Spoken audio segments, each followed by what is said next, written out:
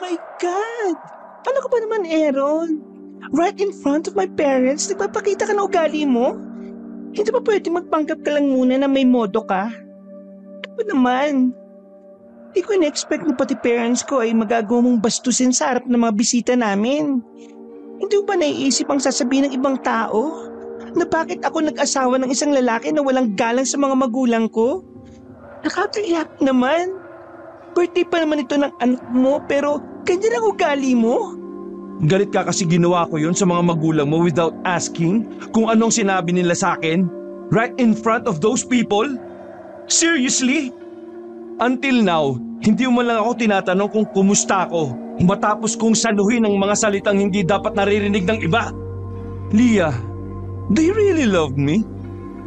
Kasi kung talagang mahal mo ko at mahalaga ang marriage na ito, mararamdaman ko yun by taking care of my feelings. Kaso wala Never in my life na pinakita mo sa akin ang sincere na pagmamahal. Palagi ka na lang nakafocus sa mga magulang mo. Let's go. Here we go again. Stop with your drama, please. Drama? Hindi lang ito drama, Leah. Isa itong problema na dapat inaayos natin kasi kung hindi, unti-unti tayo magkakalabuan. Bakit ba kasi hanggang ngayon parang wala kang sariling utak? Lagi kang naghihintay sa desisyon ng mga magulang mo para sa pamilya natin. Excuse me! O bakit hindi ba? Mula nang makilala kita, laging nakikialam yung mga magulang mo sa takbo ng buhay natin. Hanggang sa ikasal tayo, sila pa rin ang nagdesisyon.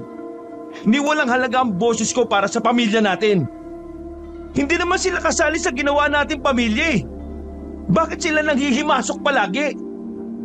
Etong birthday ni JM. Di ba wala akong nagawa? Sila na naman ang nasunod. Kahit man lang yung suggestion kong cake na gusto ng anak mo, ayaw nila. Kasi gusto nila sila ang masusunod. Can't you see, Leah? Wala kang sariling utak. At hinahayaan mo lang na mababa ang tingin nila sa akin. Kaya mababa ang tingin nila sa'yo dahil pinili mong maging mababa. Hindi ka nagtapos ng pag-aaral tapos inanakan mo ko. Wala kang trabaho. Puro ka kanta, music, puro ka banda. Mayaman sa banda-banda na yan. Ngayong nasa kumpanya ka na nila papa at mama, lagi ka nalang gumagawa ng kapalitan. Kaya masisisi mo ba sila kung yun ang tingin nila sa'yo? Pakita mong mahina ka kaya bulag ka! Nagsasalita pa ako, bulag ka, Leah! Bulag ka! Kahit na kailan, hindi mo man lang nakita ang mga sakripisyo ko para sa'yo at para sa pamilya natin. Kinalimutan ko ang pangarap ko para sa'yo. Alam mo kung gaano kasakit sa akin, nakalimutan yon para nang matanggap ako ng mga magulang mo? Ha? Hindi mo alam dahil ang tingin mo lang sa akin ay isang inutil na lalaki. Leah, nasa momentum na ako ng karir ko. Malapit nang makilala ang banda pero anong ginawa ko? Pinapili mo ko. Ikaw o ang banda? Siyempre pinili kita. Mahal kita Sinunod kita. Ginawa ko ang lahat ng sinabi mo. Nagtrabaho ko sa inyo. Nagpakababa ako. Nagsikap akong matuto. Pero kahit na kailan, hindi ako nagiging masaya sa ginagawa ko. Alam mo ba kung bakit? Kasi isang bagay lang ang nagpapasaya sa akin. Yun ay ang musika na kahit kailan, hindi ko na mababalikan pa kasi sinira mo lahat ng pangarap ko! Natahimik ang asawa kong si Leah. Habang ako kabanong, naramdaman ko na lang na pumapagsak na ang mga luha ko. Hindi ko inakala na kahit 9 na taon na ang nakalilipas mula nang iwan ko ang pagkanta, masakit pa rin para sa akin ang mga nangyari. Mahal ko si Leah kabanong, lalo na ang anak naming si JM. Sila ang dahilan kung bakit nagsusumikap ako sa isang bagay na unti-unting nagpapahina sa akin. Tiningnan ko lang maigi si Leah. Baka sa mukha niyang hiya, lungkot at pag-aalala. Pero kahit ganito na ako, kahit na kailan, hindi ko pinagsisiyan ang naging desisyon ko dahil mahal kita at mahal ko ang anak natin. Sana dumating ang araw na maisip mo rin kung ano ang pinalampas ko para lang hindi ka mawala sa akin. Tsaka na nga muna. Padabog kong sinarado ang pinto at lumabas na rin. Nagtungo kagad ako sa banyo at saka nagilamos. Huminga ako ng malalim. Siniguro kong walang makakalata na umiyak ako. Kaarawan kasi ng anak ko noon. Kakasyam na taon pa lang niya, Kabanong. At kahit nasa province kami, marami-raming mga bisita ang dumating. Punong-puno tuloy ang mansyon ng mga biyenan ko. Palabas na sana ako ng banyo nang biglang pumasok ang kaibigan kong si Rod. Kasamahan ko rin siya sa trabaho sa pagiging office boy. Oh bro, anong ginagawa mo rito? Birthday ng anak mo, nagtatago ka rito sa banyo. Ha? Umihi lang ako saglit, baliw. Saglit? Are you okay? Kanina pa kita hinahanap eh. Oo, bakit? Ano bang meron? Wala naman. Nag-alala lang ako. Narinig ko kasi yung kanina. Grabe naman yung mother-in-law mo, no? Iba takabas ng dila. Mata pobre, bro. Iya mo na. Hindi ko na nga lang pinapansin eh. Ano bang balak mo? Tutuloy mo na ba yung annulment? Naku, matagal na proseso yan. Magastos din. Wait mo na lang ma-approve ang divorce. Ewan ko, hindi ko alam. Pag-isipan mong maigi, bro. Kasi alin man dyan sa dalawa ang piliin mo if ever, kawawa naman ang anak nyo. Yun nga lang rin ang iniisip ko eh. Alam mo, wala naman sana akong problema na makakasama si Lia. Ayaw ko lang talaga sa mga magulang niya. Ang galing nilang mag-manipulate ng tao eh. Ay nako, hirap talaga kalaban ng mga biyena na may pera. Believe nga ako sa'yo eh. Kinakaya mo eh. Dapat kayanin. Para na lang din sa anak ko. Tara na nga, balik na tayo sa party. Matapos naming mag-usap ni Rod sa banyo, nakihalubilo na rin ako sa ilan pang bisita. Makalipas lang ang halos 1 oras, nilapitan na ako ng anak ko. Kinukulit na niya akong umuwi dahil inaantok na. Alauna na rin ang madaling araw ng mga oras na yon. Dinala ko sa gilid si JM at kinausap. Where's your mom? Nagsabi ka na ba sa kanya? Opo, pero busy pa po si mama ko mausap ng bisita eh. Si lola at lolo naman busy rin. Okay, sige. Kung talagang inaantok ka na uuwi na tayo, okay? Kakausapin ko lang yung mami mo para alam niya. Tumango lang siya at pinaupo ko na lang sa gilid. Naawa ko nun sa anak ko, Kabanong. Siya ang may birthday, pero lahat ng bisitang dumating ay puro bisita naman ng biyenang ko. Ang iba naman, mga taga-opisina. Wala man lang bata kahit isa. Kaya naman, hindi ko magawang sisihin si JM kung mabagot siya at antukin na lang. Pinuntahan ko si Lia, pero gaya ng sabi ng anak ko, abalang-abala siya sa pakikipag-usap. Hindi niya rin ako pinansin kahit na sumenyas ako sa kanya. Kaya naman, naisipan ko na lang na iuwi si JM nang hindi nagpapaalam sa kanila. Sinama ko na ang anak ko sa loob ng lumang modelo na sasakyan ko. Nabili ko pa yon sa kakilala ng tatay ko noon. Papa, masaya po ko kahit ikaw lang ang kasama ko. Dapat masaya ka rin kapag kasama mo ang mami mo, no? Hindi naman po niya ako pinapansin eh. Ganun talaga. Kasi inaasikaso ni mami mo yung mga bisita. Hindi ko naman po kilala yung mga yon eh. Hindi naman po sila mga bata.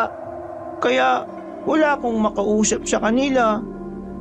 Isipin mo naman, Daddy, children's birthday party, walang children. Hayaan mo, sa susunod, mag-invite tayo ng maraming bata. You like that? Opo naman po, Daddy. Ngumiti lang ako ng malapat kay JM at ginulo pa ang buhok niya. Pinaandar ko na rin ang sasakyan paalis. 10 minuto ang biyahe mula sa mansyon ng mga biyenan ko pauwi sa amin. Mabagal lang ang pagmamaneho ko dahil madilim ang daan. Kakaunti pa lang din kasi ang mga poste ng ilaw doon. Kahit moderno na sa Maynila, parang napag-iwanan naman ang probinsyang yon. Hindi ko nga alam kung bakit mas ginusto pa ni Lia na tumira doon. Samantalang mas maganda at komportable ang buhay namin noon sa Maynila. Nasa kalagitnaan kami ng biyahe nang itigil ko ang sasakyan. Meron akong nakitang matanda sa gilid ng kalsada. Isang matandang babae na uugod-ugod na. Kukuba-kuba na rin at may hawak pang tungkod. Hinayaan ko muna siyang tumawid. Pero nagtaka ko nang lumapit siya sa parte ng sasakyan kung nasaan ako. Binaba ko ang salamin at inalam kung ano ang kailangan ng matanda. Iniisip ko kasi noon kabanong na baka manghihingi siya ng pera. Pero hindi. Tumingin lang siya kay JM na nung oras na yon ay natutulog na lang din. Nay? Bakit po? Hindi sumagot ang matanda. Tinaas ko na lang ulit ang salamin nang dumistansya siya. Aminado ako noon na nakakaramdam ako ng kaunting kilabot kabanong. Katakataka naman kasi na sa gitna ng madilim na daan ay may matandang lalapit sa amin. Bumuntong hininga na lang ako at napailing. Pag-uwi sa bahay namin ay binuhat ko na rin si JM paakyat sa kwarto niya. Inihiga ko siya sa kama at sandaling napatitig. Lumapit din ako sa bintana para isara yun. Pero nagulat ako nang makita ko ang matanda sa labas ng gate namin. Nang tingnan ko ulit ay wala naman akong nakita roon. Humiling ako ulit at natawa. Ganito pala ang tama ng tequila. Nag-halusinate ako. Sinara ko na lamang ang bintana at saka iniwan ko na rin si JM doon. Ako naman ay tumambay muna saglit at humiga sa sofa. Hindi ko inakala na dadalawin ako ng antok. Masarap na sana ang tulog ko nang marinig ko ang boses ng biyenan ko at ng asawa ko. Pagdilat ng mga mata ko, nasa harapan ko si Dia habang galit na galit. Oh, ano bang problema? Bakit kayo sigaw ng sigaw? Nakakabulaho kayo ng tulog ng mga kasambahay ah. Wala kang alam? Nawawala ng anak mo, Aaron, tapos ikaw nakahilata ka lang dyan? Ang sarap ng buhay mo dyan na parang wala kang anak na dapat intindihin. Ngayon, saan natin hahanapin ang apo ko? Nilipot na namin ang buong Diyos ko naman! Yan ang nangyayari kapag hindi nyo pinapansin yung bata. Sarili niyang birthday, kayo nag-enjoy lahat eh. Hindi ko kailangan ng sermon mo. Kailangan ko... Nasa kwarto na siya, natutulog. Inuwi ko na kanina kasi antok na yung bata. Wala kayong pakialam sa bata eh. Lahat kayo busy sa mga katsika nyo. Bakit hindi ka man lang nagsabi? Nagsabi? Hindi mo nga ako pinansin eh. Tinesenya sa kita kanina na uuwi kami ng bata. Chika ka ng chika. Diyos ko naman oh. Huminga ng malalim si Lia at ang biyenan kong babae. Para silang nabunutan ng tinik. Sa susunod ha, matuto kang mag-abiso sa amin. Nag-alala ko ng masyado sa apo ko. Akala ko nawala na. Akala ko nakuha na ng gumagalang aswang eh. Ma, stop that nonsense! Anong nonsense? Hindi ka aware sa paligid mo, Lia? May aswang sa probinsya natin na nangunguha ng bata. Kaya para hindi mabiktima ang anak mo, huwag mong iwan sa ama. Doon mo sa amin iwan niya si JM. Kahit na maraming pera at talagang masasabi kong mayaman, talagang paniwalain pa rin ang biyenan kong babae sa mga urban legends. Lalo na sa mga aswang. Masyadong makaluma kasi ang paniniwala nito. JM is okay now. Natutulog na yung bata kaya please, huwag na kayong maingay. And who are you telling me that? Anong tingin mo sa sarili mo para manduhan ako? Sa pamamahay na ito, ako ang haligi. Ako ang ama. Ako ang batas. Kung hindi ka susunod sa sasabihin ko, well, kindly get out of my house. Sige, mag-away pa kayong dalawa. Nakakairita na. Naglakad si Lia paakyat para puntahan ang anak namin. Napangisin na lang ako dahil sa ginagawang pagbibida-bida ng biyenan ko. Kung umasta, para namang may ibubuga. Nakakalimutan mo yata na kung ano ang meron ka ngayon. Lahat yon ay dahil sa akin. Pinagsikapan ko ang lahat ng meron ako. Wala akong utang na loob sa'yo kahit na kailan. Mama! Tiningnan niya ako mula ulo hanggang paa, Kabanong. Hinuhusgahan niya ang buong pagkatao ko.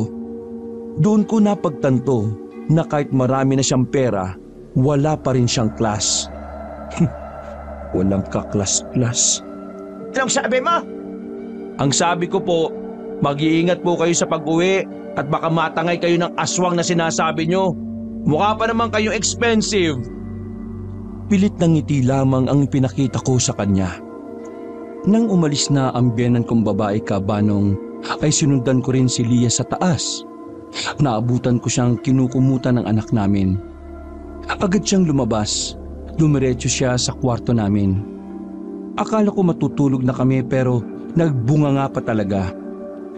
Pinag-alala mo lahat ng tao sa mansyon kanina. Alam bang may isang bisita na kinontak pa lahat ng kilala niyang pulis just to find our son? Nako, daldal mo naman. Inaantok na ako. Nagsabi ko man lang sana sa kahit na sino ron, diba? Para alam namin kung nasaan si JM. Hindi yung kanyan. Okay, hindi ako nagsabi. My fault. So, pwede na ba tayo matulog? Humiga na ako sa kama. Inakala ko na tatahimik na siya pero meron pa siyang sinabi na di ko nagustuhan. Masyado nagmamarunong, akala mo naman alam ang lahat. Ikaw nga na alam ang lahat eh. Walang nagawa kapag nanay na nagsasalita eh. Huwag mo ako papakitaan ng yabang mo kung hindi mo kayang palagan yung nanay mo. Sa akin ka lang matapang eh. Kasi puppet ka ng magulang mo.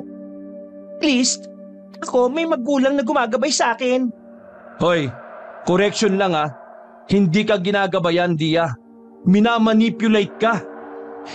Nagsaklob na lang ako ng kumot at nagtakip ng unan sa tenga para hindi na marinig ang sinasabi niya.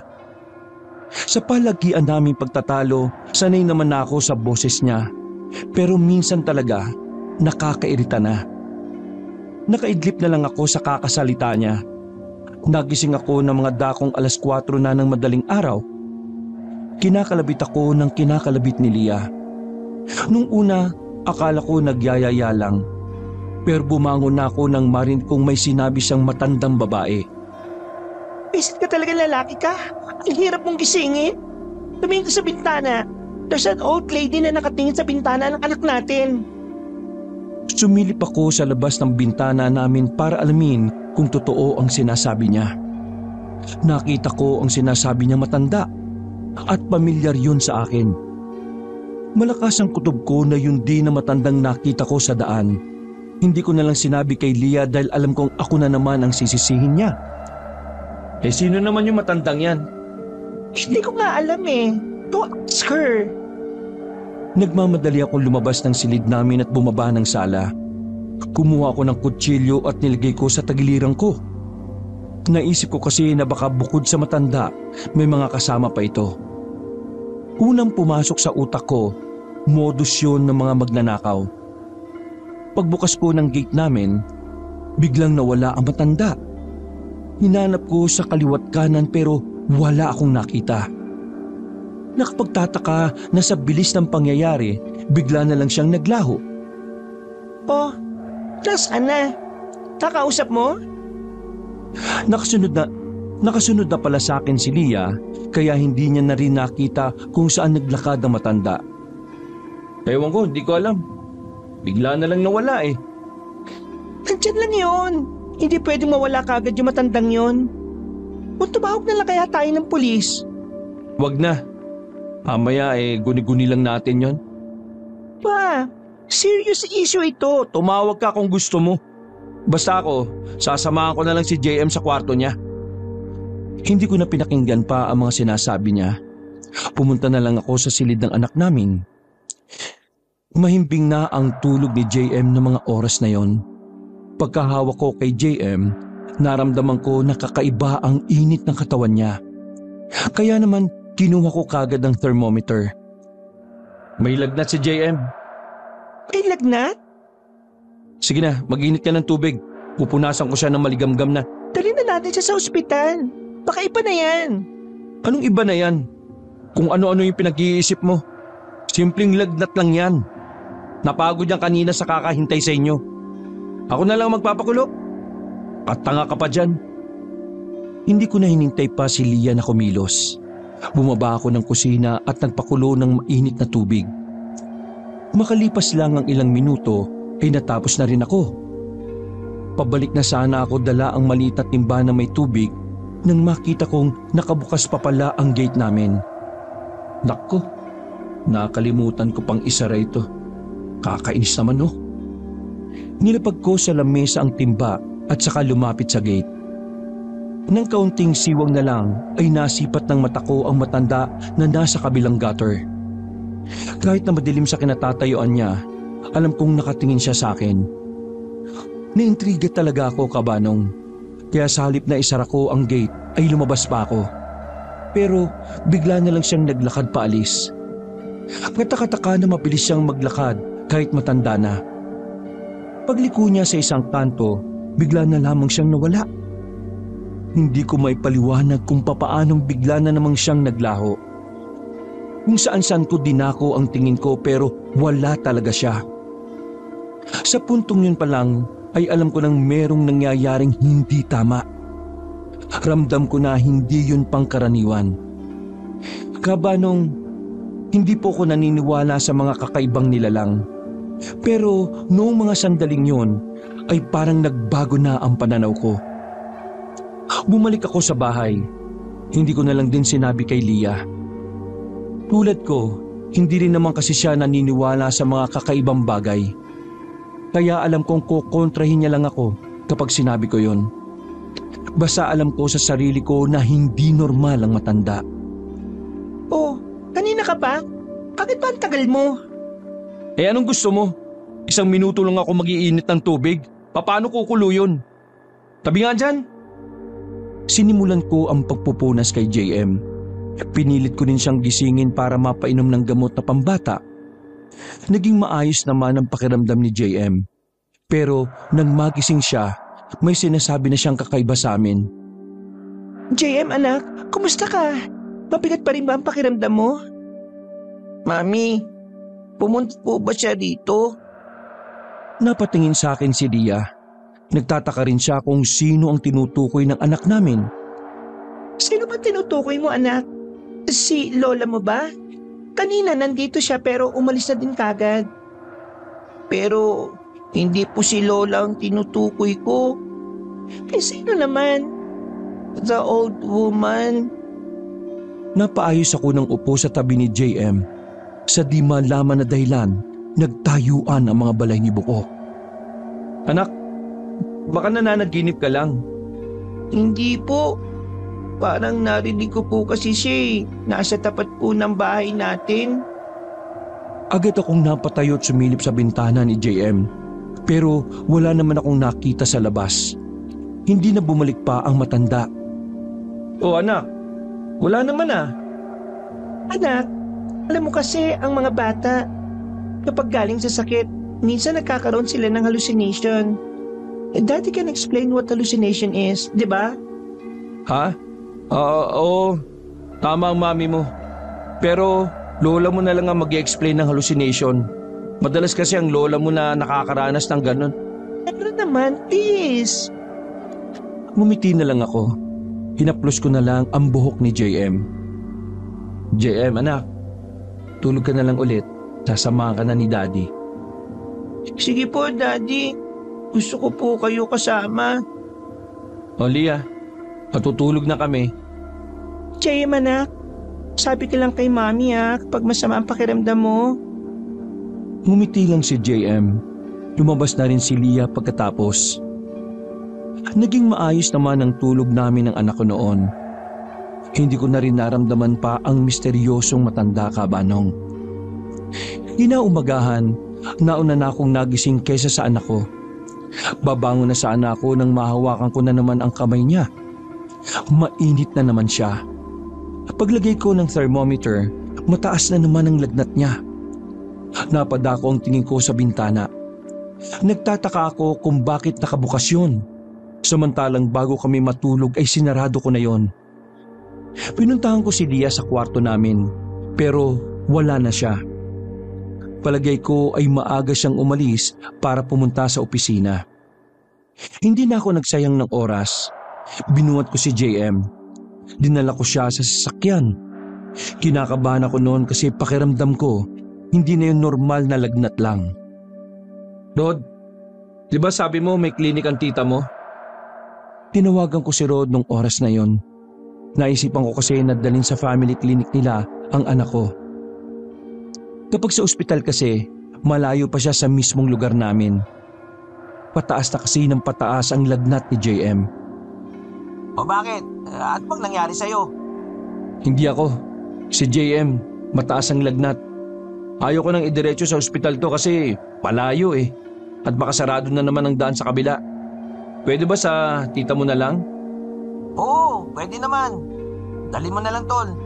Pupunta na lang din ako ron. Magre-read lang ako. O sige tol, maraming salamat ah. Hinatay ko na kagad ang tawag at saka hinipo ko muna ang noo ni JM. Pataas yun ng pataas ang init ng katawan niya. Binilisan ko na ng bahagya ang pagpapatakbo. Kaya ilang minuto lang ay nakarating na kagad kami. Pinasok ko agad si JM sa loob at nandun din naman ang tita ni Rod, kaya inasikaso kami kaagad. Nasa gilid lang kaming dalawa ni Rod nung oras na yon habang nag-uusap. Napagod yata ang anak mo kagabi. Pero huwag ka mag-alala. Magaling naman na doktor yan si tita. Siguro nga, pero pre, kagabi, may sinasabing kakaiba itong anak ko eh. Ano kakaiba? May sinasabi siyang may matanda raw na pumunta sa bahay. Akala ko nga yung biyenan kong siraulo yung tinutukoy niya eh. Pero hindi eh. Iba ang pagkakalarawan niya. Eh baka naman nag-hallucinate lang siya dahil sa taas ng lagnat. Normal naman sa bata yun, di ba? Oo nga. Ang kaso, ito pa ah. Kagabi rin, may nakikita kami ni Lia sa tapat ng bahay namin na matanda. At yung matandang yon, nakatingin sa mismong bintana ni JM. Hindi namin kilala yung matandang yun pre. At ito pa pala, naalala ko, yung matandang yun din, yun yung nakita ko nung pauwi kami nung gabi. Nadaanan ko at hinintuan ko pa nga eh, kasi akala ko mamamalimos. Pero hindi, tumingin lang sa loob. Pagkasabi kong yun ay parang nataranta si Rod. Hinila niya ako palabas ng klinik. Oh, bakit ba? Totoo ba yan sinasabi mo, pre? Mukha ba akong gumagawa ng kwento? Kasi kung totoo yan sinasabi mo, baka yan yung matandang kwento-kwento sa kabilang barangay na aswang. Ha? Aswang? Oo, pre. Hindi mo ba alam yung haka-haka sa kabilang barangay? Meron daw matanda ro na ang target ay mga bata. Ang sabi pa nila, nagmamasid daw yung matandang yun sa mga lugar-lugar. Teka. Parang may sinabing ganyan yung biyenan kong baliw eh. Yun nga yung bro. Pero aswang ba talaga yun? Anong pruweba? Sa ngayon, wala pa ako nababalitaan na may nakapagpatunay na. Pero pre, naniniwala kasi ako sa lola ko na taga-kabilang barangay eh. Kasi dating nakatira sa Capiz yun. Maraming alam sa aswang yun, pre. Eh kung totoo nga yung aswang na yan, anong dapat gawin ko sa anak ko? Feeling ko yung matandang yun yung dahilan eh, kung bakit siya may sakit ngayon. Inakbayan ako ni Rod at saka bumulong. Gusto mo, pagkatapos natin dito, pumunta tayo sa kakilala ng tito ko. Albularyo, bro. Ha? Okay ba yan? Baka naman mapanod dyan yung anak ko ha. Hindi bro, legit to. Dito nagpagamot yung tito ko dati. Eh anong gagawin natin dun? Kukonsulta tayo kung talagang inaaswang yung anak mo o hindi. Sandali akong hindi nagsalita. Pinag-isipan kong maigi ang gagawin kong desisyon. Alam ko kasi na anumang mangyari sa anak ko, ako na naman ang malilintikan kay Lia. Pero sa nakikita ko kay JM, naawa ko sa kanya nun. Wala pang isang araw na nilalagnat siya pero namayat na siya ng bahagya. O sige, subukan natin para sa anak ko. Hindi naman nagtagal ang check-up ni JM sa klinik. Pinagpahinga lang siya saglit at pinainom ng gamot. Kahit na papaano ay naging maayos na rin naman ang kalagayan niya. Pero hindi pa rin ako nakampante lalo na kapag naaalala ko ang misteryosong matanda. Dakong hapon, bumiyahe na rin kami ni Rod. Pareho kaming hindi na muna pumasok. Wala na akong pakialam noon kung paulit-ulit na tumatawag si Leah sa akin. Ang iniisip ko lang ay kung ano ba talaga ang nangyayari sa anak ko. Nakarating kami sa isang barangay na halos kalahating oras din ang biyahe. Malayo-layo na yon sa amin. Mas liblib ang barangay na yon kumpara sa amin. Kinarga ko si JM at saka lumapit na rin kami sa matandang lalaki na nagsisibak sa bakuran. Napangiti ito nang makilala si Rod. Rod, napasyal ka yata. Oh, ano ito? Magpapatawas? Mang Kiko, ito po kasing anak ng kaibigan ko. Nilalagnat eh. Hinala namin baka inaaswang. Nanlaki ang mata ng albularyo nang marinig ang sinabi ni Rod. Agad na kami pinapasok sa loob at pinaupo sa maayos na upuan. Lalaki, anong nangyari? Pwede mong mag-ikwento sa akin? Huminga ko ng malalim at sinabi sa kanya ang mga nangyari mula noong makita namin ang matanda.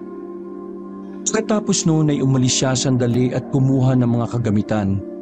May pinatong siyang maliit na planggana sa lamesa. Nagsindi rin siya ng kandilang itim. Nagsindi siya ng tawas. Ipapatak na sana niya ang kandila sa tubig nang biglang magising si JM. Nagtataka siya sa mga nakikita niya. Pero kalmado naman siya at hindi natataranta. Papa, nasaan po tayo? Anak, nandito tayo sa albularyo para malaman kung bakit ka may sakit. Papa, nakita ko po ulit yung matanda sa kwarto ko po kaninang madaling araw eh. Nagkatinginan ako at si Rod. Kita rin ang pagtataka sa mukha ng albularyo na si Mang Kiko. Anak, anong sinabi mo? Papa, nakita ko siya talaga. Ang sabi niya, sumama raw ako sa kanya.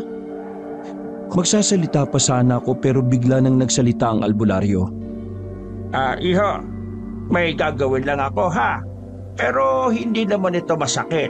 Ayos lang ba sa'yo? Tumango lang si JM. Kinuha naman ni Mang Kiko ang kaliwang kamay niya.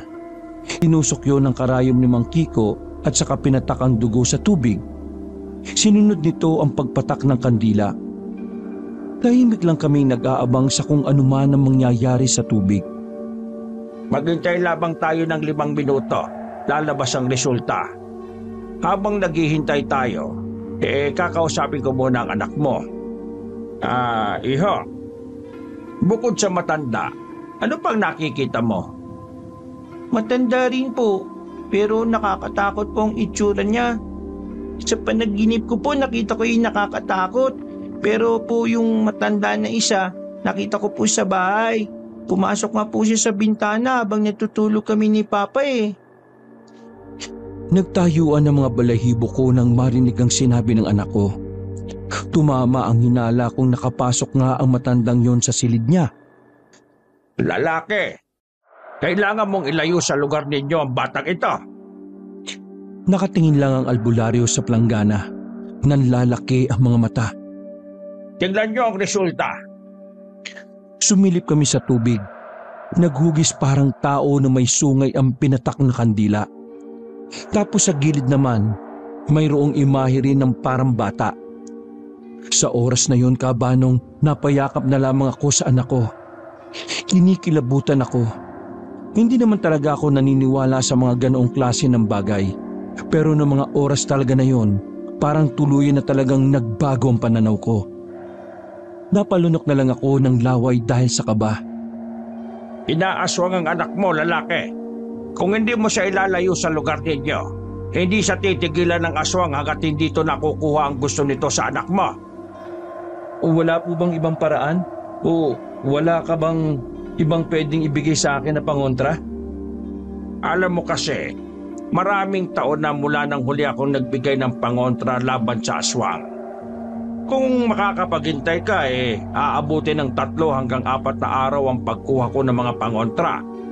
Sa ibang tao ko rin kasi bibilin yon. Ayos lang ho. Basta sigurado at epektibo. Handa akong magbayad at maghintay kahit na gaano pa katagal.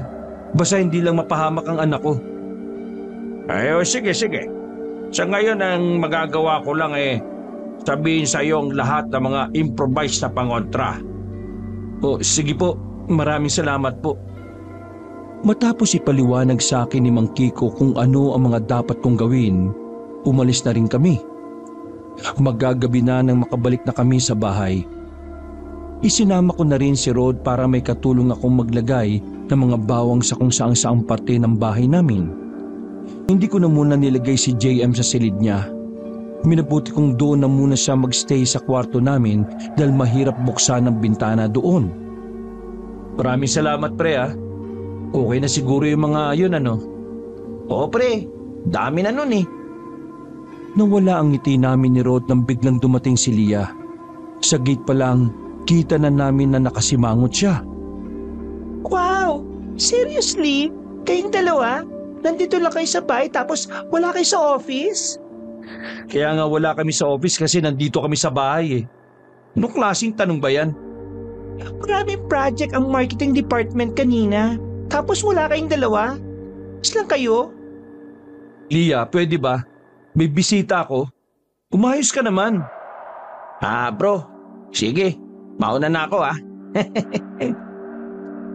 Nagmamadaling lumabas ng bahay namin si Rod. Kita ko na parang takot na takot siya kay Lia. Mataas din kasi ang ranggo ng asawa ko sa opisina. Kaya ganun na lang ang reaksyon ni Rod. Dahil ayaw kong marinig na mga kasambahay ang mga sasabihin ko, dinala ko si Lia sa kwarto ni JM. Pasensya na kung hindi ako nakapasok ha. Magpa-file din ako ng leave bukas. Leave? What? Magbabantay ako kay JM. Tinatapat ka na naman siguro magtrabaho ano? Maraming kasambahay dito kaya bakit ikaw ang magbabantay kay JM? Pwede ba? Mag-isip ka nga ng matinong dahilan. May nangyayaring kababalaghan sa anak natin. Hindi ako nagdadahilan lang. Natigilan si Lia. Halo ang reaksyon na nakikita sa mukha niya. Medyo naguguluhan siya. Alam niya rin kasi na hindi naman ako yung tipo talaga ng tao na naniniwala sa mga ganon. Sasabi mo? Lia, naalala mo ba yung matandang nakita natin sa tapat ng bahay? Oh, meron sa kanya. Aswang siya. Inaaswang niya ang anak natin. What? Aswang? Diyos ko, Aaron. Kailan ka pa naniwala sa mga ganyan? Oo, hindi talaga ako naniniwala noon. Pero iba ngayon. Anak natin ang pinag-uusapan dito eh. Stop this nonsense. Pareho kayo ni Mama eh. Parang kayong mga siraulo. Totoong sinasabi ko. Nagpunta kami sa albularyo kanina at yun ang sinabi sa amin ng albularyo. Dinala mo sa albularyo si JM nang hindi ka man lang nagsasabi sa akin? Oh my God, Aaron. Iba ka na ba talaga? Mga modus lang yung mga albularyo na yan. Bakit ka na niniwala sa mga yon? Totoo nga sinasabi niya. Kahit tanungin pa natin si JM, nakikita niya yung matanda at yung aswang.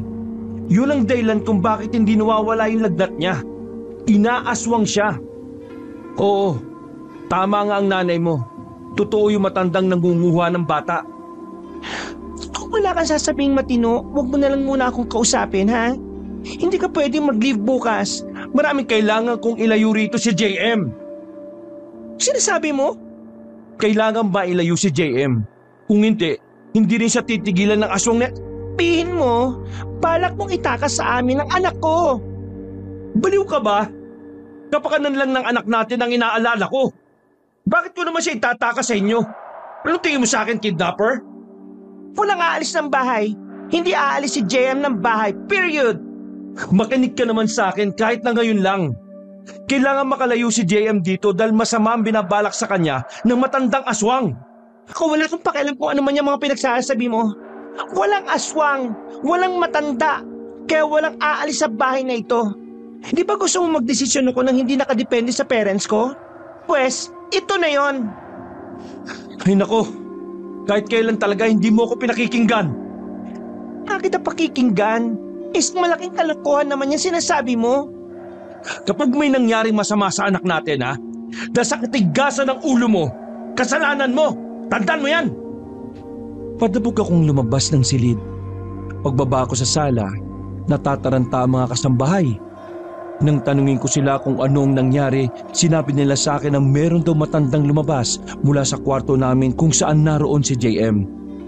Walang nakakalam kung paano nakapasok doon na matanda. Hindi rin naman daw kasi nila nakitang pumasok sa gate o sa main door namin. Agad akong lumabas para habulin na matanda. Pero wala na siya. Kaya naman nagmamadali na lang akong pumunta sa kwarto namin.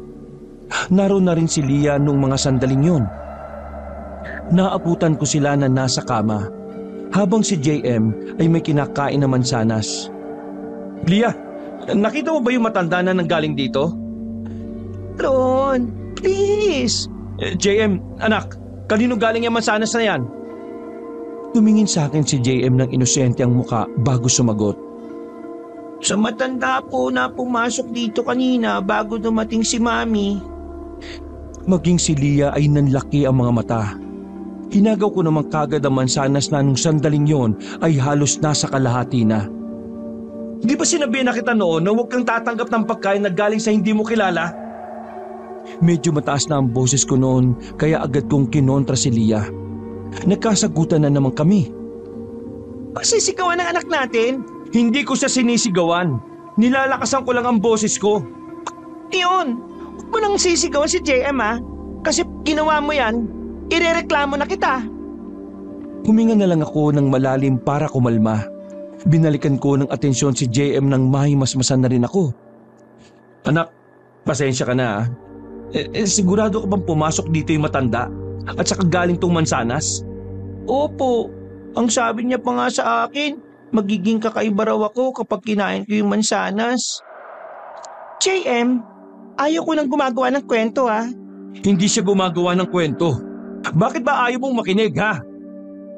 Daddy, Mami, wag na po kayo mag-away.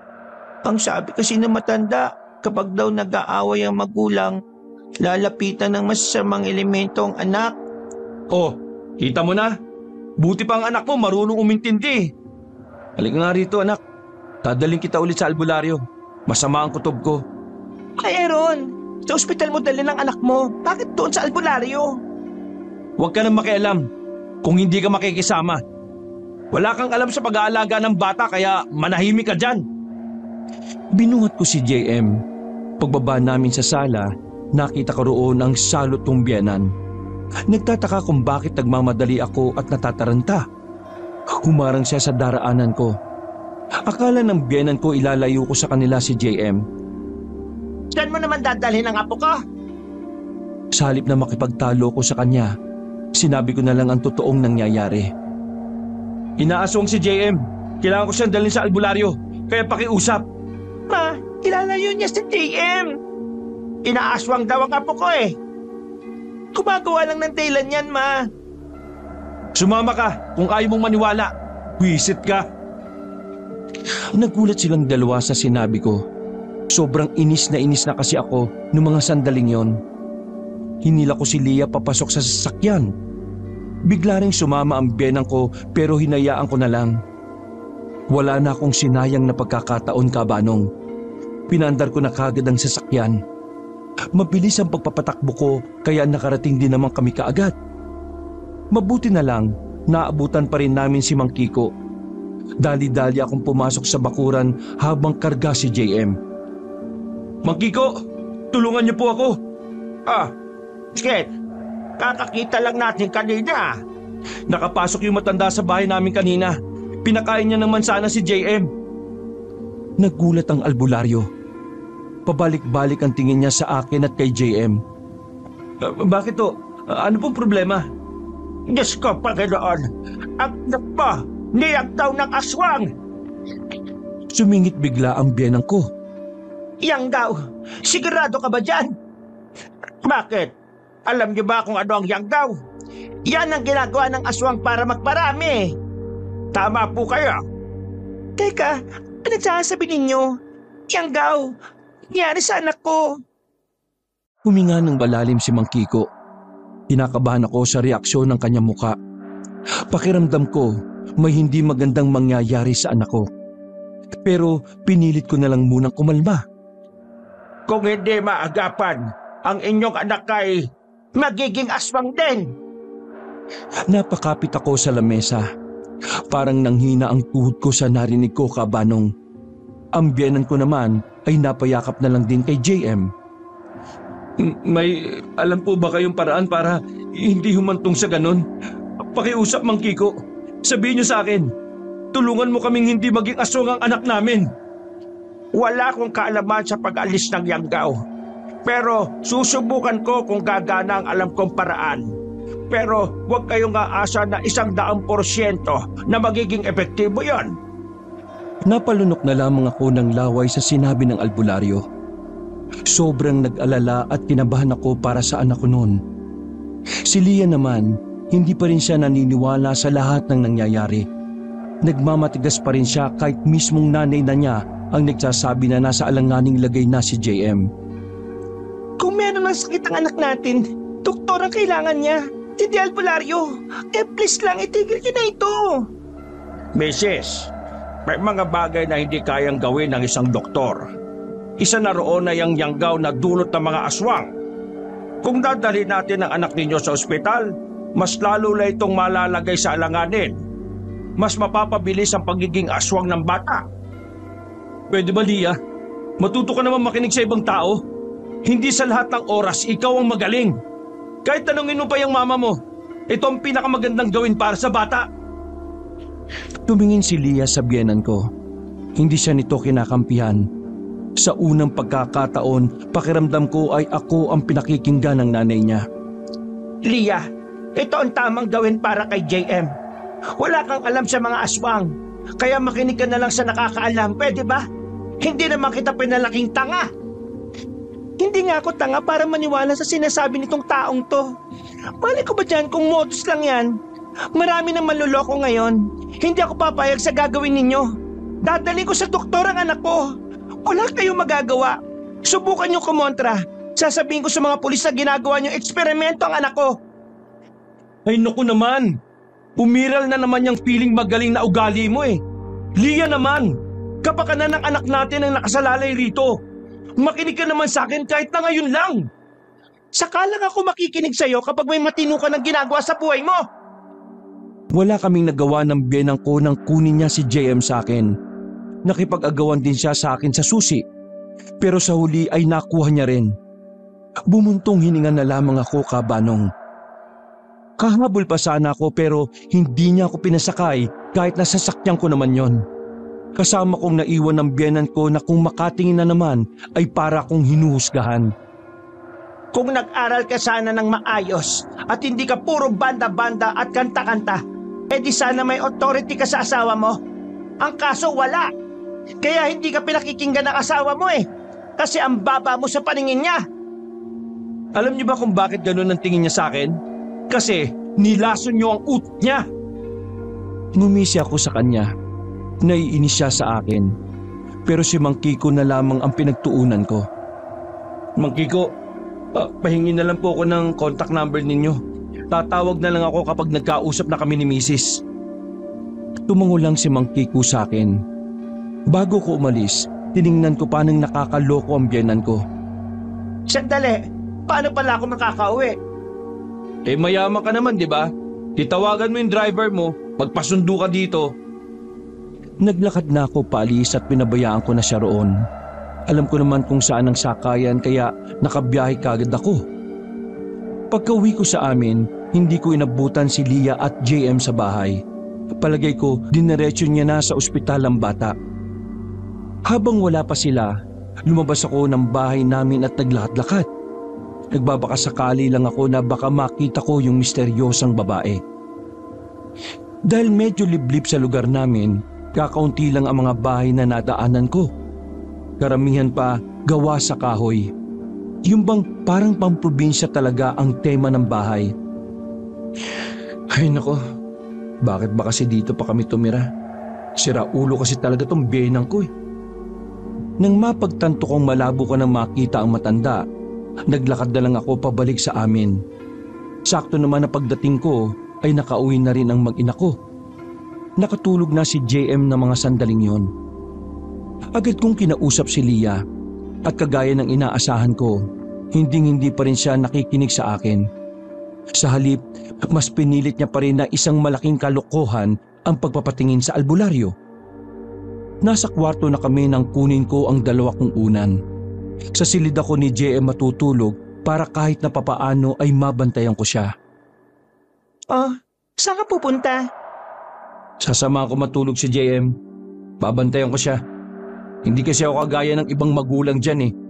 Saka lang nagkakaroon ng concern sa anak kapag may nangyayari ng hindi maganda. Ikaw ba pinariringgan mo? Eh sino ba nakakarinig? Pilit na tawa lamang ang pinakita ko sa kanya. Nagmamadali akong lumabas ng silid namin at saka nagtungo kay JM. Maimbing na ang tulog niya noon. Nakabalandra sa kama kaya sa sahig na lamang ako humiga. Sa dami ng nangyari sa araw na iyon ay madali akong dinalaw ng antok. Mababaw lang ang tulog ko noon kahit na antok na ako. Nagising lang ako nang maramdaman kong bumangon si JM. Napabangon din ako. Wala na siya sa kama. Pagtingin ko sa orasan ay 3:00 na pala na madaling araw. Nakaramdam agad ako ng pag-aalala. Kadalasan kasi tuwing babangon si JM para magbanyo, ginigising niya pa kami sa kwarto. Pero iba ang sandaling yun. Bumaba ako sa sala. Wala nang katao-tao. Nakakabingi ang katahimikan. Dumiretso ako sa kusina namin. Nakakarinig kasi ako roon na parang may naghahalungkat. Mga ilang sandali lang, nakita ko si JM na nakaharap sa ref, nakaupo at merong kinakain. JM, anak? Huminto siya sa ginagawa niya at dahan-dahang humarap sa akin. Nagulat ako nang makita ko kung ano ang hawak niya. Isang buong manok na kahit sobrang tigas, pilit niyang kinakain. Dumako ang tingin ko sa mata niya. Namumula yun. Pero nang makilala niya ako, bumalik sa dati ang mata niya. Kinabahan ako ng malala, Banong. Agad na pumasok sa isip ko na baka nangyari na ang sinasabi ng albularyo. Papa, pasensya na po kung hindi po ako nagpaalam. Paggising ko po kanina, nagutom po ako eh. Pero bakit ka kumakain ng hilaw? Ito po ang kinatatakaman ko, Papa. Ang sarap po kahit na hilaw. Hindi na ako nagdalawang isip. Inagaw ko sa kanya ang hilaw na manok at kinuha ko. Dinala ko siya sa lababo para hugasan ang kamay at bibig niya. Takang-taka si JM kung bakit natataranta ako. Papa, mali po ba yung ginawa ko? Anak, hindi ka kakain ng mga pagkain na hilaw, lalo na ang karne. Naiintindihan mo ba ako? Bakit naman po? Iyon po yung sinasabi ng isip ko. Tsaka palagay ko po, yun po talaga ang pagkain para sa akin. Tingnan mo, Papa, para akong lumakas oh. Pinakita niya pa sa akin ang hindi normal na paghaba ng kanyang kuko. Nakita ko pa kung papaano bumalik yun sa normal. Inarga ko na lang si JM. Dadaling ko sana siya sa kwarto niya nang biglang may narinig siyang pusa sa labas. Nagulat ako nang magbago ang itsura niya. Maging ako'y hindi makapaniwala na makikita ko ang anak ko sa ganoong anyo. Persado siyang umalis sa pagkakakarga ko. Gumapang siya papalapit sa pinto. Nasira niya ang doorknob sa sobrang lakas ng kamay niya. Hinapol niya sa labas ang pusa. Ang hindi ko alam, bumaba rin pala sa sala ang asawa ko. Nakita niya kami. Naabutan ko naman si JM na nakadapa habang nakatingala sa puno kung saan naroon ang pusa. Marahan ko siyang nilapitan. Anak, hindi mo pwedeng saktan ng pusa, masama yan. Parang wala sa sarili ang anak kong tumingin sa akin. Nanlilisik ang kanyang mga mata. Hindi ko inakala na nakita rin pala yun ni Lia. Mas lalong kumabog ang dibdib ko nung mga oras na yon. Ron, nangyayari sa anak natin. Hindi kaagad ako nakasagot nang biglang gumapang si JM paakyat ng pader. Lumabas siya sa bakuran namin. Hinabol ko siya pero nawala na siya nang pumasok siya sa liblib na lugar. Hinahanap ko siya roon pero nabigo ako. Galit na galit ako nang balikan ko si Lia sa amin. Parang gusto ko na siyang saktan sa mga oras na yon pero nagpipigil lang ako. Kasalanan mo lahat ng ito eh. Kung nakinig ka lang sana sa akin, maagapan pa sana ang anak natin. Tingnan mo! Nakita mo naman ang nangyari, hindi ba? Ano? Sabihin mo nga sa akin, magagamot pa ba ng doktor ang ganon? Ha? Aswang na ang anak natin, Lia! Dahil yan sa'yo! Hindi siya makapagsalita. Iiyak-iyak lang siya sa gilid na parang tanga. Ano? Magsalita ka! Sabihin mo sa akin ngayon kung ano ang dapat nating gawin. Magaling ka, di ba? Alam mo lahat, di ba? Ano, Lia? Magsalita ka ngayon. Naririnig mo ba ako? Sumagot ka! Ikulong muna natin si JM. Ikukulong? Yan talaga ang unang pumasok sa utak mo? Hanggat wala pa akong naiisip na paraan, kailangan natin siyang ikulong, Aaron. Kapag nakapanakit siya ng iba, malaking problema yon. Lalo na kapag nalaman ng ibang taong tungkol sa kanya. Kaya bukas, pababalikin ko muna sa kanya-kanyang tirahan itong mga kasambay natin. Walang pwedeng makaalam nito. Alam mo, ikaw yung tipo ng tao na nag-feeling na magaling matapos mong gumawa ng malaking problema. Basta, wala akong pakialam sa sasabihin mo. Hahanapin ko si JM at dadalhin ko siya kay Mang Kiko. Bahala ka sa buhay mo kung anong paraan ang iniisip mo. Kung gusto mo, magpatulong ka sa nanay mong magaling din tulad mo Padabog akong lumabas ng gate dala ang malaking flashlight. Wala na akong pakialam noon kung ano ang panganib na pwedeng mangyari sa akin. Ang tanging nasa isip ko lang ay makita at makuhang anak ko. Pinasok ko ang liblib na lugar at tinanap ko si JM. Pero inabot na lang ako ng umaga pero wala pa rin akong nakita. Lugmok akong umuwi sa amin. Pagpasok ko, maaga pa lang ay umalis na ang mga kasambahay. Lahat sila ay nagtataka. Meron pang nagtanong sa akin kung anong problema at bakit sila pinagbabakasyon. Pagpasok ko sa sala, naroon si Lia na mukhang wala pa ring tulog. Kaharap niya sa sofa ang kanyang ina na si Imelda. Nahanap mo na ba ang apo ko? Nasaan si JM? Bakit hindi mo kasama? Nakita mo nang hindi ko kasama tapos tatanungin mo pa ako kung nahanap ko. Kung tumawag na kaya tayo ng pulis para mahanap siya. Nag-iisip ka ba talaga, Lia? Di nalaman ng iba na aswang ang anak natin. Pwede ba manahimik kayong dalawa? Walang magagawa ang mga yaman at pera nyo ngayon. Hayaan nyo akong gumalaw dahil ako nakakaalam nito. Sabi ko naman kasi sa iyo, Lia, hindi ka dapat nagkasal sa ganitong lalaki Mayabang pero wala namang ibubuga. Tingnan mo, nagmamarunong na naman. Akala mo naman talaga alam na niya. Masyadong manahimik ka na nga, matanda ka. Mula nang nakialam ka sa pamilya namin, nagkandal leche-leche na ang lahat Bakit ako sinisisi mo? Kasalanan mo yan. Wala kang baya kaya ina-under-under ka lang na asawa mo. Ang sabihin mo, nilason mo ang utak ng anak mo kasi ayaw mo sa akin nung una pa lang. Karapatan na bastusin ng nanay ko. Bigla na lang akong sinampal ni Lia. Sa lakas ng sampal niya ay dumugo pa ang labi ko. Nagulat din siya sa ginawa niya. Ito na yung huling magagawa niyo sa akin to. Kapag natapos ang problema natin, maghiwalay na tayo. Ayaw kong kasama sa buhay ang walang ibang inatubag kundi ang yumaman. Ngumisip pa ako sa kanila bago umalis. Halos umusok naman ang ilong ng biyenan ko sa sobrang inis sa akin. Kapanong gulong-gulo ang utak ko nung umagang yon. Hindi ko alam ang gagawin ko kung papaanong maibabalik sa amin si JM. Natagpuan ko na lang ang sarili kong pinagsusuntok ang salamin sa harap ko. Hindi ko maramdaman ang sakit dahil sa magkahalong emosyon, takot, kaba at galit. Nang may masmasan, kinuha ko kagad ang cellphone ko sa kama. Tinawagan ko si Rod. Nang sumagot siya ay dali-dali akong lumabas ng bahay. Hindi ko pinansin ang dalawa sa sala kahit na magsisigaw pa silang mag-ina. Nakipagkita ako kay Rod para ipaalam ang nangyari. Kahit siya ay nabigla rin sa sinapit ni JM. Ang bihira naman kasi pare. Bakit ba kasi ang tigas ng ulo ni Ma'am Lia Ayan na nga ba sinasabi ko? Diyos ko, nakakaawa naman ng bata. Pare, kailangan ko ng tulong mo. Wala ka bang ibang kilalang albularyo? We need to save my son, bro. Hindi ko mapapatawad ang sarili ko kapag hindi na nakabalik pa si JM.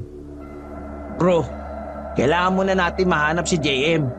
Kailangan natin siya makuha bago pa siya mapunta sa kamay ng mga aswang dito sa probinsya natin. Maraming aswang? Ibig mong sabihin, bukod doon sa matandang aswang, meron pang iba? Huminga ng malalim si Rod. Baka sa mukha niya ang pangamba. Nakausap ko si Mang Kiko eh. Sabi niya, natuklasan niya ang bahay ng mga aswang. Isang pamilya sila, bro. Kaya kailangan natin magmadali. Puntahan natin si Mang Kiko para malaman natin kung ano yung gagawin natin. Wala kong sinayang na pagkakataon. Bago magtanghali ay bumiyahe na kagad kami. Pagkarating namin doon ay naabutan namin si Mang Kiko na may mga ilalagang kung ano-anong dahon. Mabutit nagpunta kayo. Hinahanda ko na mga panggamot sa pangyanggaw. Naging aswang na po ang anak ko. Napatigil si Mang Kiko sa sinabi ko. Nanlalaki ang mga mata at napaupo na lamang sa lamesa. Nako, naloko na. Mang Kiko, pakiusap. Gawin niyo ang lahat para maibalik sa normal ang anak ko. Hindi ko alam kung ano pa ang magagawa ko. Pero magtatanong-tanong ako sa mga kasamahan ko kung sino ang pwede makatulong sa atin. Teka, nasaan yung bata? Yun din ang isa pang problema eh. Nakalis siya ng bahay kagabi pagkatapos siyang maging aswang. Mang Kiko, di ba ang sabi nyo, alam nyo kung saan nakatira yung pamilya ng aswang? Oo, pero hindi naman natin sigurado kung doon ba pupunta yung anak nito. Ituro niyo po sa amin. Kung sakali mang nakuha nila yung anak ko, siguradong naroon yun. Kung wala naman, papatayin ko silang lahat para sa dinulot nilang perwisyo sa pamilya ko. Hindi basta-basta mga aswang. Hindi sila mga tao na pwede mong idaan sa sindakan. Mapabangis sa mga aswang. Higit sa lahat, wala akong pakialam. Basta para sa anak ko. Lahat gagawin ko. Kaya pakiusap, Mang Kiko, tulungan niyo po ako.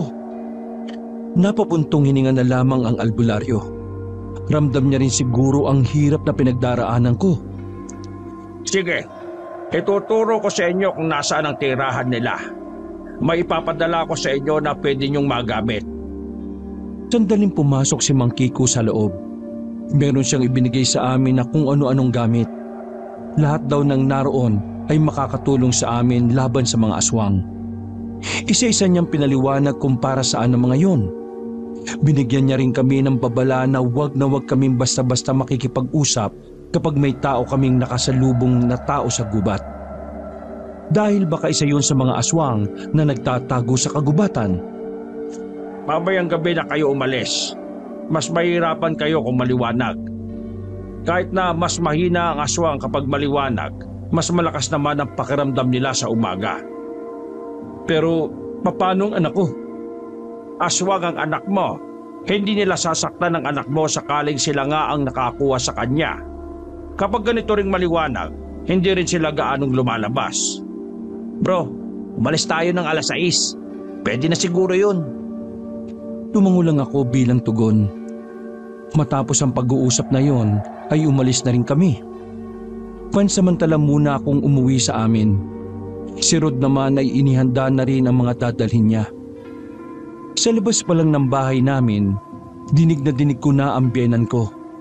Nagbubunganga na naman siya sa loob. Kahit ayaw ko, wala akong choice kundi ang pumasok sa loob. Kukunin ko kasi ang ilang gamit na dadalhin. Lalagpasan ko na lang sanang mag-ina ng tawagin ako ni Leah. Sa pagkakataong yun ay medyo kalmado na siya. Mababa na rin ang boses niya. Aaron, saan ka galing? Anong balita? Mamayang gabi, hahanapin ko si JM. Sasama ako. Wag na. Wala kang gagawin dun. Kaya manahimik ka na lang dito at maghintay. Gusto kong iligtas si JM. Anak ko rin siya, Aaron. Ay naku, bahala ka nga sa buhay mo. Sumama ka kung gusto mo.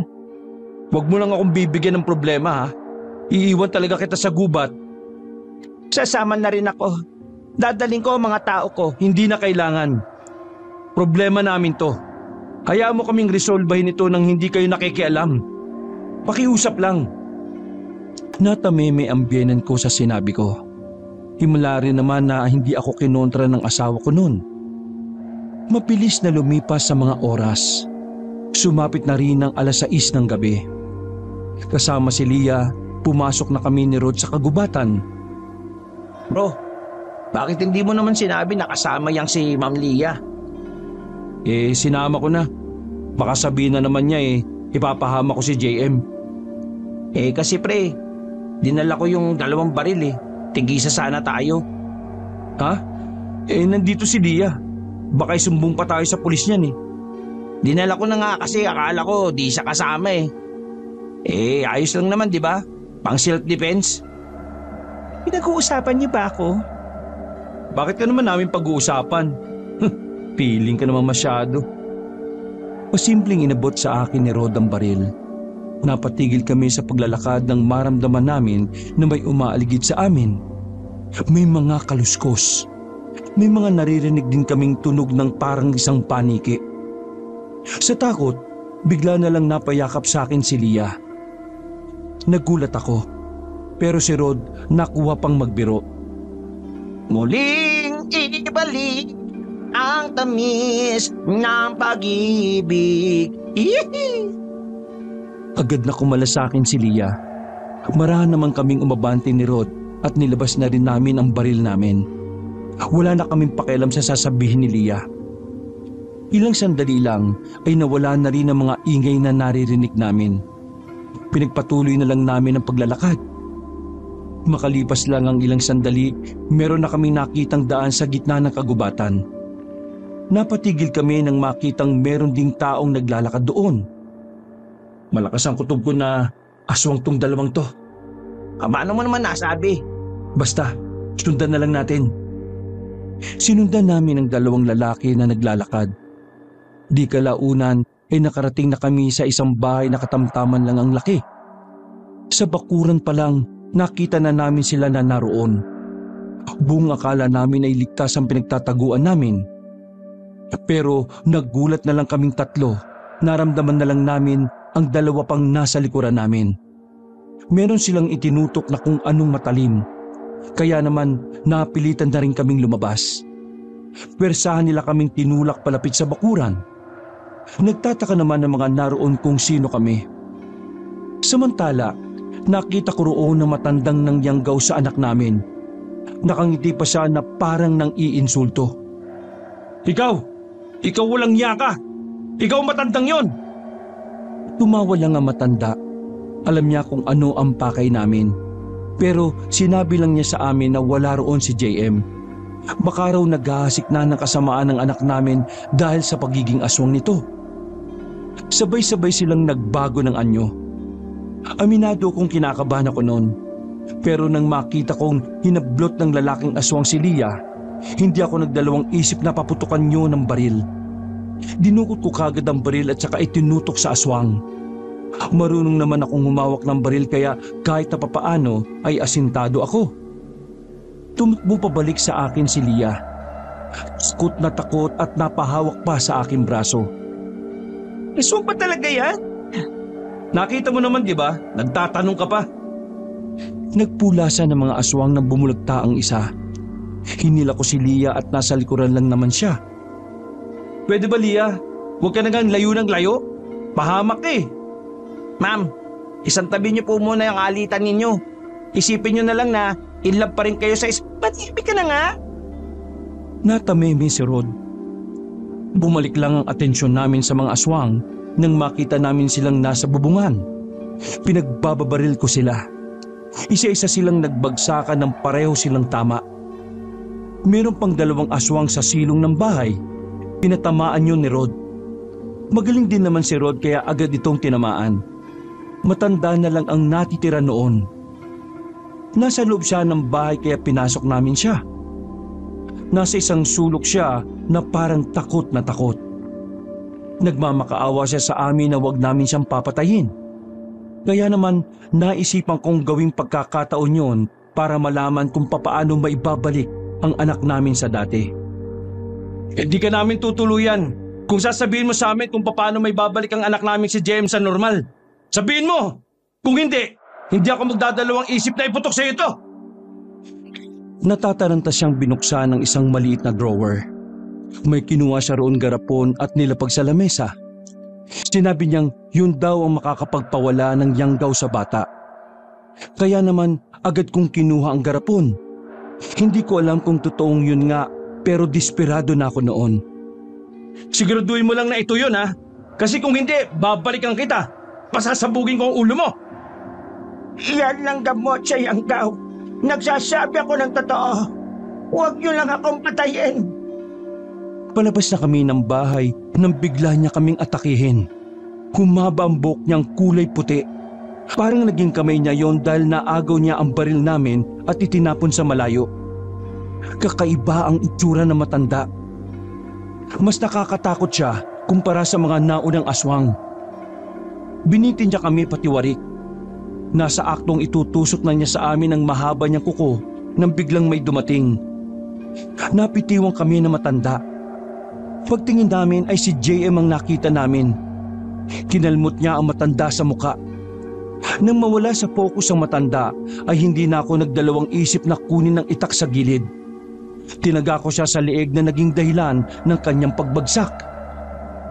Niyakap ni Leah si JM kahit na aswang pa rin ang anyo ng aming anak. Kinuha ko kagad ang garpo na panggamot di umano sa yanggaw. Mamaya na kayo magyakapan. JM, anak, alisin natin ang pagiging aswang mo, ha? Makakabalik ka na sa dati, okay? Tumango-tango lang ang anak namin. Sigurado ba tayo dyan? Kinakabahan ako. Naiiyak na si Leah sa mga sandaling yon. Sa totoo lang kabanong, nag-aalangan din talaga ako noon. Alam kong napakalaking sugal na maniwala ako sa matandang aswang. Pero nilakasan ko na lang ang loob ko at pinagsadyos ang sandaling yon. Leah, kailangan nating sumugal. Kung wala tayong gagawin, baka habang buhay ng aswang ang anak natin. Hindi ko nakita kay Leah noon na tututol siya. Yun ang unang pagkakataon na hinayaan niya akong magdesisyon para sa anak namin. Binuksan ko ang garapon. Nagdasal ako saglit bago ko ipainom kay JM ang nasa garapon. Maya-maya lang, naggulat na lang kami nang biglang mangisay si JM ng halos 2 minuto. May lumabas din na kulay green na likido sa bibig niya. Kaya ang inakala namin na laso ng anak namin. Pre, anong nangyari? Diyos ko, Aaron! Natin! Tignan niyo anong nangyari! Aaron! Nang beses kong inalok-alok si JM pero hindi siya nagkakamalay. Hindi na ako nagsayang ng oras. Pinasan ko si JM. Hindi. Naniniwala akong makakaligtas siya. Puntahan natin si Mang Kiko, dali! Tinakbo namin ang daan. Habang patagal ng patagal, nararamdaman kong unti-unti nang nawawala ang hininga ni JM. Sabi ko sa sarili ko noon, hindi ko mapapatawad ang sarili ko sakaling hindi na magising ang anak ko. Pero buti na lang, nakasalubong namin si Mang Kiko sa daan. Nung oras pala na yun ay susundan niya sana kami. Mang Kiko, anong nangyari sa anak ko? Pinainom ko siya ng likido na pangtanggal ng yanggaw, sabi ng matanda. Diyos ko, akin na ang bata! Inilapag ko ang anak ko sa harapan niya. Inamoy-amoy niya ang bibig ng anak namin. Totoong pang-alis ng yanggaw ang pinainom niyo sa bata. Pero masyadong marami ang napainom mo, kaya ibang reaksyon ng katawan niya. Ano pong pwede natin gawin para magising siya? Hayaan niyo lang siyang sumuka. Wala namang masamang nangyari sa kanya. Normal lang ito.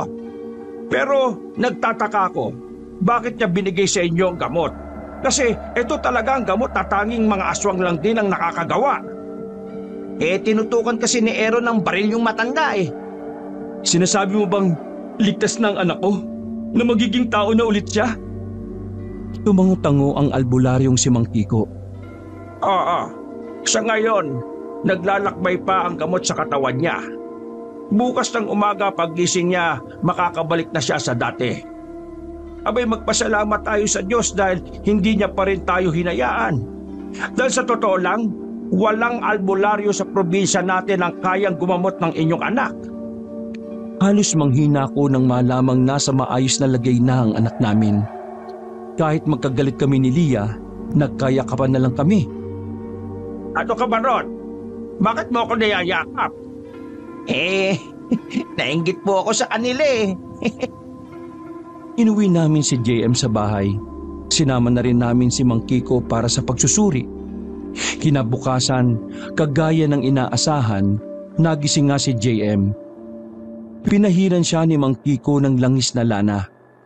Tinanong niya si JM kung nahahapdian, pero sabi ni JM ay hindi naman. Kumpirmado, nakabalik na sa pagiging tao ang inyong anak. Sa sobrang saya, napayakap na lang ako sa asawa ko. Ganon din naman si Dia. Nakalimutan namin pansamantala ang mga issue namin sa isa't isa. Mami, Adi, stay na po kayo. Nagkatinginan kami ni Lira. Pilit ng ngiti lang ang naipakita namin sa isa't isa. Oo naman anak. Sige nga, kung bati na kayo, dapat mag-kiss kayo. Nakita kong namula si Lia sa sinabi ng anak namin. Makakagawa na sana ako ng dahilan pero umapila yung biyenan ko sa gilid. Alam mo nak, bawal kasing mag-kiss sa harap ng bata eh. Diyos ko, bawal-bawal pa. Nakakita na nga ng mga nakadusay na aswang ang anak ninyo eh. Tapos kiss lang, ayaw niyo pang ipakita sa bata. Tama si Mama Imelda. Oh, isa ka pa talaga. Sige na po Daddy, kiss na po kayo. Total, wala na rin naman pong aswang eh. Hindi na ako nag-inarte pa. Asawa ko rin naman si Lia. At kahit na may mga di kami pagkakaunawaan, mahal ko pa rin naman talaga siya. Hinalikan ko si Lia ng madiin. Gumanti naman siya. Muntikan na namin makalimutan na may iba pa palang tao sa paligid. Nang dahil sa halik na yon, parang naging magic na ang mga sumunod na nangyari. Nagkabati kami ni Lia. Nagkasundo na kami. Nagkapatawaran sa lahat ng mga nagawa naming pagkakamali. Kabanong, masasabi kong naging isang malaking aral para sa amin ang nangyari kay JM. Dahil doon, mas tumibay pa ang pamilya namin. At mas minahal ko ulit ang asawa ko. May napagtatalunan pa rin naman kami ngayon pero hindi natatapos ang gabi na hindi ito naaayos. Sa mga nagtatanong tungkol sa kinaiinisang kumbyenan, nakikialam pa rin naman siya pero hindi na sa mga desisyon naming mag-asawa. Nakikialam lang siya kapag alam niyang hindi na namin kaya ang problema. Natuto na rin kasi siya. Siguro dahil na rin lagi ko siyang pinagsasabihan noon. Ang isa pa sa pinakamahalagang aral kapag pamilyado ka ng tao, kahit pala aswang, kakayanin mong harapin basta para sa pamilya mo. At kahit na anong mangyari, palagi mong pipiliin ang pamilya sa lahat ng oras. Wakas,